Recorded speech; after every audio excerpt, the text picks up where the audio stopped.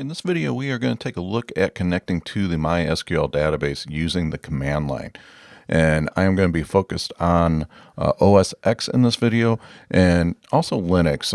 These commands I'm going to show you should work the same for Linux as well as OS X. They're very, very similar, but there may be a couple nuances along the way. And now the first command that we want to use is simply MySQL. And you can see that I'm getting command not found. And that's because the bash shell inside of OS X cannot find that command. And this is kind of the way I installed MySQL. You may find it okay, but by default, it does not create a link to the MySQL executable.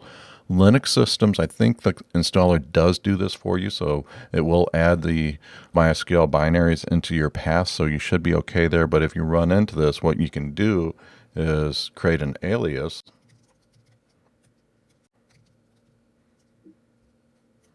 And I'm going to do bin MySQL, and this is going to create an alias for that. So if I hit enter, now I can just use MySQL, and you can see that I'm getting an access denied here for user JT at localhost, which makes sense. I'm going to use the clear command to clear this off there.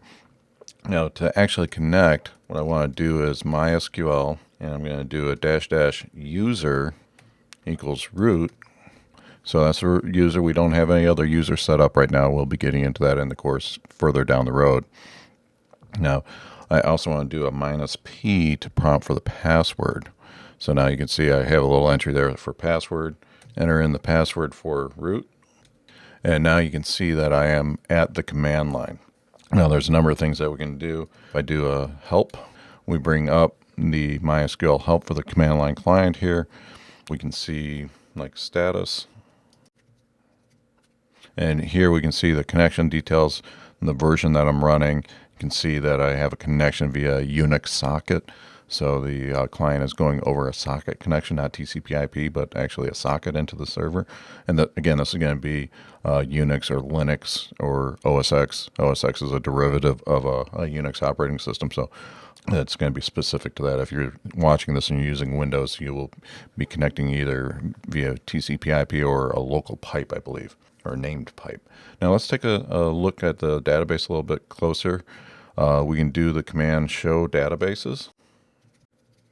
And it's very important to use a semicolon here. That's a terminator for the command. And we can see that I've got 4 databases in there. And we're just going to do a simple query. We'll be getting into this in a lot more detail. So let's go ahead and use MySQL and semicolon. And now, by default, I'm going to be using the MySQL database. Now I can do another command called show tables. And these are all the tables there. Now, you might want to say I could do show table name, but that would be too intuitive for us. So the command is actually, if I want to describe a table, and now we can see here, this is all the columns in the user table. I had to scroll up a little bit here. You can see the field, the type, whether it's allowed to be null, if it's key, default, and some extra data. So this gives you a description of that table. And let's go ahead and I'm going to issue a select statement. And we will select host user from the table user, semicolon. And just to recap what we're doing is I'm taking these two fields here, the first 2 fields, host and user. I'm saying select those. And we can see that there's 3 users created in my system. I am logged in as the root user. The other 2, those are internal system accounts used by MySQL. You'll never, should never have a need to log into those. We do have more to talk about with users. For now, we are going to be using the root user for convenience going forward. So I just want to give you a quick overview of the MySQL command client. Now, when you are done using it to exit, remember we got the help command.